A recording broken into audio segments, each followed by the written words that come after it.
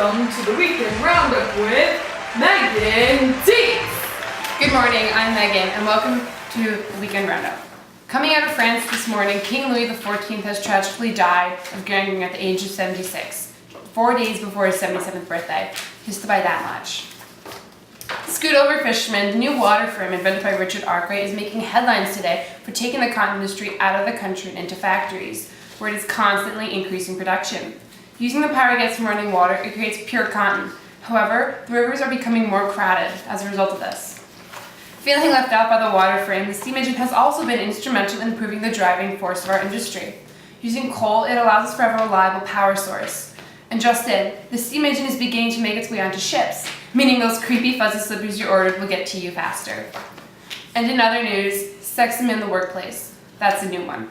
Throughout history, women have been left out, whether it is in scientific institutions or guys' night out. The new machines being invented today are beginning to take away the jobs of women, causing unrest in the female community. As a result, more women are being forced out of their traditional roles and turning to other lines of work, like maids and housekeepers. Internationally, more attention is being placed on Eastern Europe and their treatment of farm workers and serfs. Over 3/4 of Europeans live in the country, which only shows how much Europe depends on agriculture. In Eastern Europe, these farm workers are sometimes referred to as souls, and these nobles are basing their wealth on how many souls they own. Due to these conditions, revolts are becoming to be a common thing. The most famous of these revolts, the Pugachev Rebellion, was brutally put down by the Russian government and is only an example of what the Russian government will do to you if you get on their naughty side.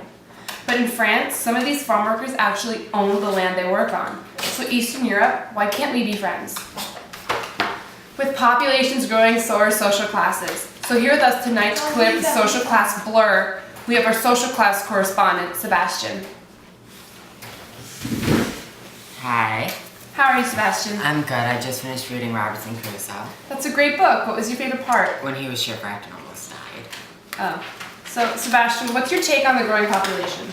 Well, since agriculture is one of the main factors in increasing the population, there's more food around.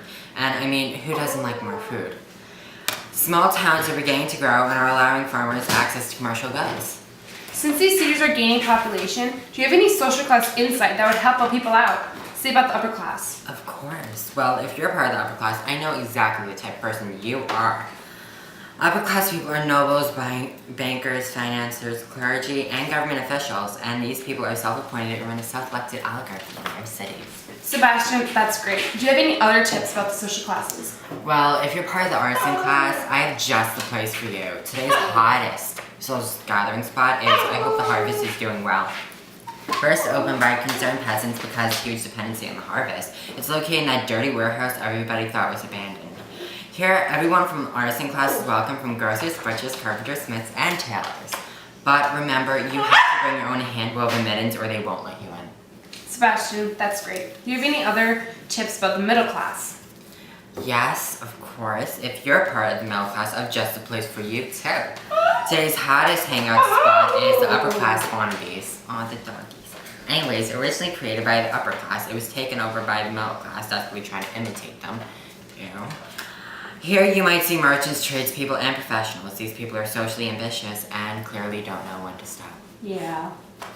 Middle classes also embrace the commercial spirit by purchasing all new commercial goods. However, these upper class wannabes are constantly being blocked by the actual upper class because, of course, the upper class wants to keep the power for themselves. Thank you, Sebastian, for your wonderful insight. Can't wait to see what you have for us next time. Oh, thank you. Well, this brings us to a close, ladies and gentlemen. We thank you for watching, everyone here at the Weekend Roundup. Has your food been coming off the stove burnt and tasteless? You tried everything from new spices and even changing the temperature, but it's still not working? But don't worry, it's not your fault. It could be your pot. Old pots tend to get dirty after extended use, and they begin to wear out. But we bring you relief. Mary's Cookware has become one of Europe's biggest cookware supplier. The pots are made out of special copper, which doesn't wear out. With the use of Mary's Cookware, your food will go back tasting like your grandma made it, the right way. And now, Mary's Cookware is having a huge sale. Right now, if you send a letter, you'll receive 2 pots for the price of 1. An amazing deal! For once again, if you send a letter, Right now, you'll receive 2 pots for the price of 1. These days, eyesight is one of the most important things us humans have naturally. But what happens when all of a sudden you can't see properly? Most people think they can't get it back. But not today, folks. We introduce you a new and innovative technology that will change your life forever. Introducing bifocals, invented by the famous Benjamin Franklin to help you take back your vision and get back out into your old life. These bifocals will help you read up close, writing with ease. And with minimal side effects, they are the perfect solution for your deteriorating eyesight. Listen to our happy customers! So, I'm like a carpenter, and I haven't been able to really see what I was doing. I mean, I almost got seriously injured once. But then my wife... I told you to get those glasses! Shut up, Myra! Okay, and so my wife told me to go get these glasses, or whatever they're called, bifocals, right?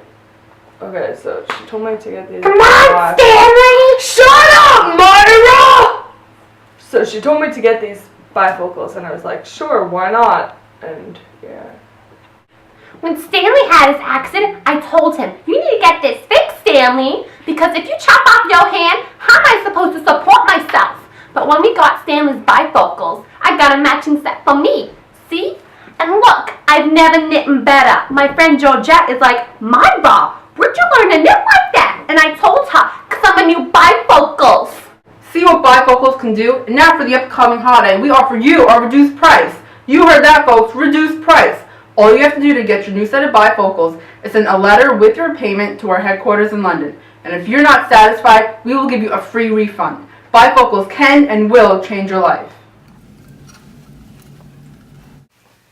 Levi, my brother, there will certainly be a lot of Jews attending services tonight. Hold it. The first partition of Poland? Yes, the amounts keep going up, same in Prussia and Austria. This minion will be something tonight. There will be no difficulty in having new members sign up.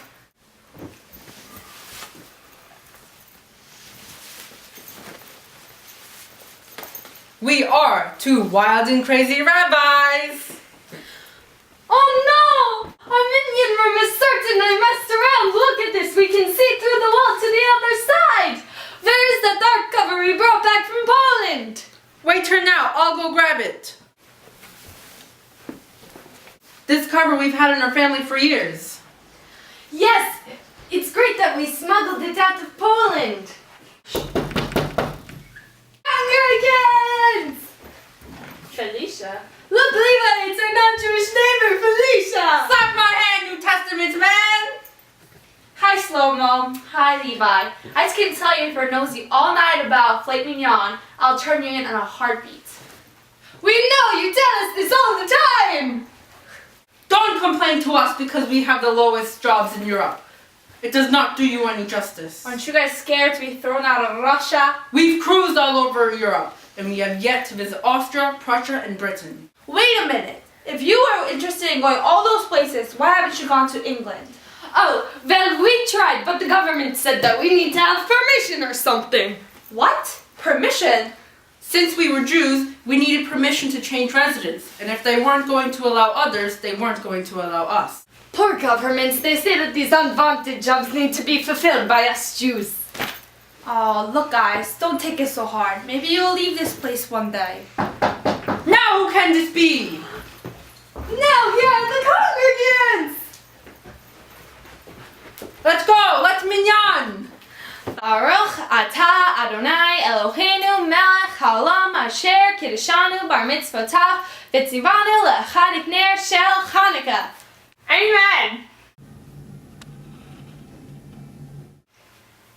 Northwest European households. Married couples. Kids and servants. Nuclear households. Children move out as teens. The exclusiveness of being apprentice. Married couples had kids right away. Pray, pray, pray, pray. Hi, we aren't living with our families anymore. I'm Catherine. And I'm hiding from the church. And we aren't living with our families anymore, but that doesn't mean we're married. Did someone say a woman in the family gotta be? No, not yet. No. Servants were hired to work for the heads of households. They weren't inferior to household members. The other things about servants include usually young, integrated into the house. They were hired for part-time until they had the skills to have their own household. And the Eastern European households, they had larger households. They focused on expanding their households, like Genghis Khan. And they, with the family economy, they felt like they were missing, what's that thing you open up and you put like money into it? Mailbox? No, like you walk around with it. A jar? No, a wallet. A wallet. Did someone say women in the family economy? Not yet! God! With families in times of decline, my father was the chief artisan. He trained and hired the oldest kids. Now he's dead. My mom was a widow and sought to remarry quickly so that way she wasn't dependent and she could get financial help. Once my stepbrother died. This just shows the high mortality rates of integrated families. Well, when my family dissolved, my brother tried to be a pirate. When my family dissolved, my sister and I became beggars. Did somebody finally say women in the family economy? Oh yeah. Wait, where did he go? No? Yes, now! Get up. Get up! Well, I'm here to talk to you about the government and how these people are making us pay taxes. They don't even use it on us, they use it on themselves, making pretty places to stay in. And like these parks they walk around and it's not fair, I tell you. The philosophers, they're trying to change our government. They should be called Snickers, because they're satisfied.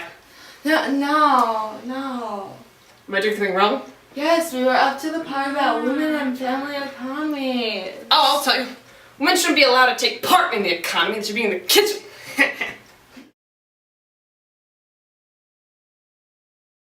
These ladies better watch out, because I'm the only real absolute monarch here. Are you kidding me? I'm the only organized one here. Even though my power might be being taken away, I mean, I'm the only lady here with an actual noble title.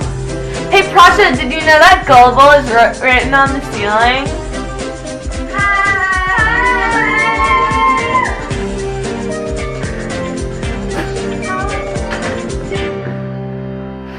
Thank you all for coming to my little get-together, and thanks to this new table of ranks, I have a whole new respect for us nobility. I'm surprised she had time to come to this with all her state service and all. It's the first time France and I seen each other since the whole religious thing went down. Why can't you understand that Protestant is so much better? Ladies, a toast to our power, our rights, and our wealth! Woo! I don't even know how she has time to do that song. Anyway. Oh my god, you woman of the night. Slow down. Okay. Now we got that over with. What's it like to have complete control over your stars? You know, it's great. I have power my stars too. Nobody you know. asked you, Prussia. I am so done with Prussia. As I was saying before I was so rudely interrupted, you know, having power over my stars is great. I know. I mean, I don't even have to pay them and they farm my land. so cool. But you know, when I collect my dues from my tenants over in France, it's really nice having that in addition to the church. You know, they're there for me. Here we go with the church again. Shots, as they always are. Someone say Schlotza. Poland! I was so worried I couldn't come because I wouldn't be able to afford it, but then I remember I don't pay taxes. Oh my god! Here comes Spain, late as always. Hello, my name is Penelope, and this is my audition tape for The Real Noble Wives. These are my two darling daughters. I'm Laura. I'm Susie. Greetings. Hello. This is my salon. I hold the grandest of parties. I live here with my husband George and my son Tom. He already moved out. He has a family of his own now. Even though I'm aging, I still know how to bring the drama. I said do your work. If you don't know how to read and write, how are you supposed to get any money? Nobody wants an illiterate child. Get the camera out of my face. Get it on my face. See, Laura and Susie, they're getting older. And so, Laura, she's almost 15. She's going to be the first one to leave the house. See, I'm fine with the fact that I'm almost old enough to move out and have my own husband. Like, my friend Mary, who's 3 years younger than me, already has one. So, but, I mean, besides the fact, I think my mom's going to go crazy. She's my little baby. She's still young. Well, I'm technically not the youngest. My mom had a child, but one day I heard my mom and my dad fighting, and the child was gone. Poof. My husband, he's usually never home. See, he's a merchant, so he goes on business trips. And he also taught our son Tom how to be a merchant too. But when they're both gone, I'm the one running the shop, and we offer the best deals in town. But since my husband is away often, we had to hire some help around the house. I love Miss Penelope. I really do. She gives me pay, a bed to sleep on, and food to eat. But sometimes when the camera's not rolling, she isn't the same. And that's a whole other world. Was the food okay, Miss Penelope? No, it's just terrible. We're going to cook a barn. But you ate all of it. I need all of it to make sure it was bad, and it is.